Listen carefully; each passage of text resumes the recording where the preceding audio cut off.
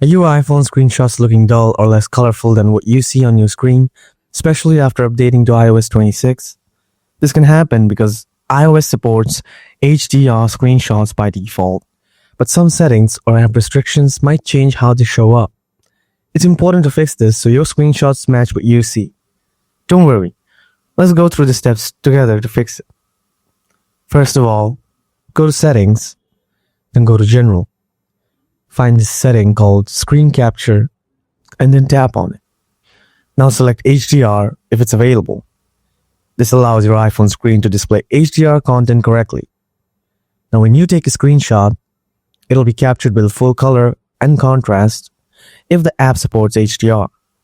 Like if I take a screenshot right now and save it to my gallery, now if I open my Photos app and find the screenshot, you will see that it is on HDR. Well, it's not that noticeable through the camera, but you will clearly notice it when you try this out yourself. So good luck with that. If this video helped you capture real HDR screenshots on iOS 26, please give it a thumbs up. If you're still having trouble, leave your iPhone model and the problem in the comments. I'll do my best to assist. And make sure to subscribe for more easy iPhone tips and tricks.